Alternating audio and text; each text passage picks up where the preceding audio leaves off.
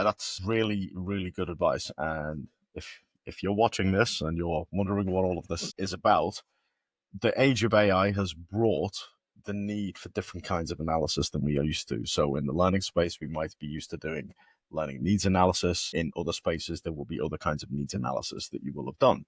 But now we're talking about things like task fit analysis. So does a particular task or activity suit being done by AI, or does it need to be done by humans? For the people that are doing things, what kind of access do they need to technologies? So we have impact analyses as well around things like risk. So the spectrum of things that we need to analyze and how, and the methodologies and how we actually get there is also changing. So one of the questions for you to ask yourself if you're watching this is, how do you do your analyses? Do you have the skills to do that? Is that something you need help with? Is that something you need to go and do some research or upskill on? So have a think about that. That's a really good point that Lou has made. So, and back to the show.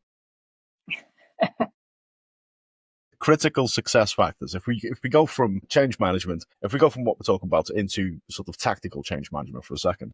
Now, I've done a paper on critical success factors, or AI readiness factors, and some of those things are leadership and strategy and purposeful deployment and governance and all of these things, the things that you would usually expect.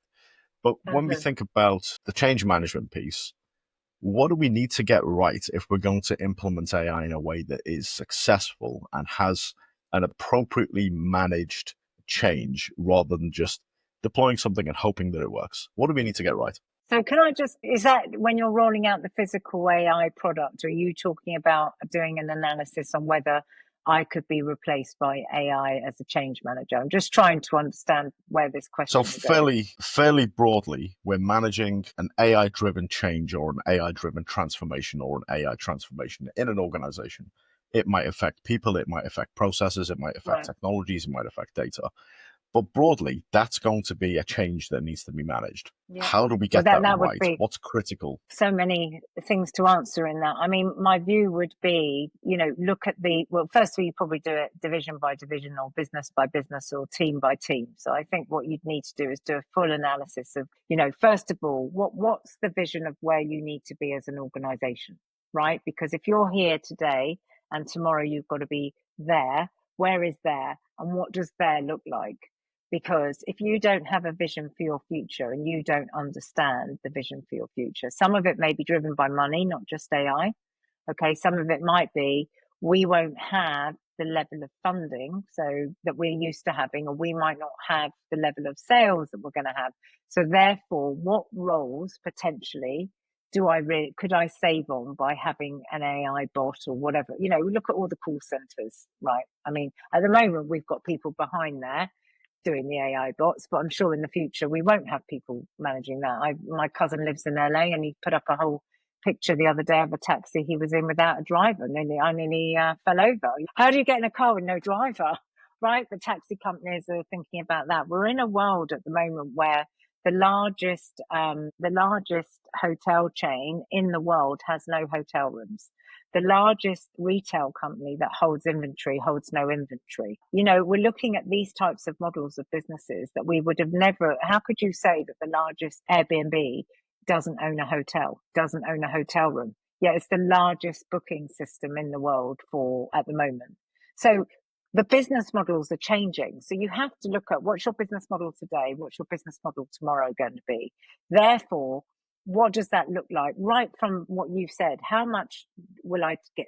How do I increase my sales with less people? That has got to be something, unfortunately, whether we like it or not, AI is driving. Or how can I re-engineer my business processes in such a way, for example, data. How many data managers have you known in your time, right? I can't imagine how many we'll know 10 years from now. And I'm sorry about that. I really, if anyone listening to this that's a data manager, right? Because AI is fantastic for crunching data. So what is it within your business model, in your operating model? That's what you would look at. What is it within your business and operating model that you think doesn't need some human intervention or can help the human intervention be sped up? So there might be 10 of me. You might only need 5 of me and some layer of AI overlaying. So a training needs analysis. Let me just give you one example. Jane Caddick, who I know really well, who used to be the head of change at Twinings, she found a piece of technology, I can't remember the name of it, forgive me, that would actually do all the analysis of how to roll out her ERP project. And not only that, it would work out every single role and how much training each person would need and when they would need it. That sped up her project by over a third of the time in order to deliver a piece of software. So you add that to the savings that they've made, not just on the project, but on the time and the people.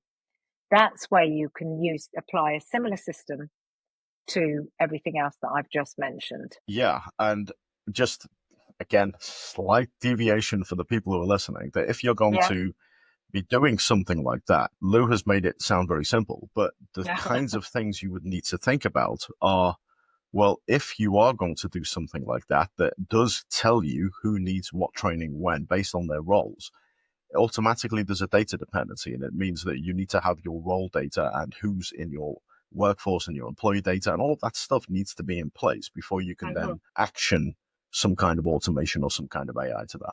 So good data hygiene, good data management, and good data literacy is absolutely vital in this day and age. And actually, Ash, I can't agree with you more on that, because one of the biggest fails on most projects is the lack of data, clean data.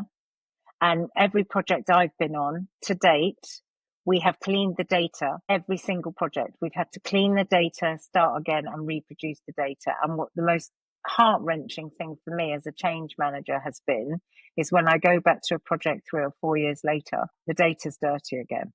You know, it's unclean because we just haven't maintained it properly. I mean, honest to God, it's just frightening how we don't consider data to be our primary source of intelligence. And I think, and the reason why I concur with you so much is because data's never been more important than it is today, in my view. Yeah. Because whatever you feed the AI is going to give you the answer. Absolutely. I'm going to say something now, and everybody who's watching this who's ever worked with me is going to feel personally attacked, right? I'm not aiming at this at anybody in particular. So if this is you, right, be assured it's more than just you. But I've worked on so many projects across every sector, across every type of industry, big company, small company. And you look at your data, where's your data? How do we find it out? And it's in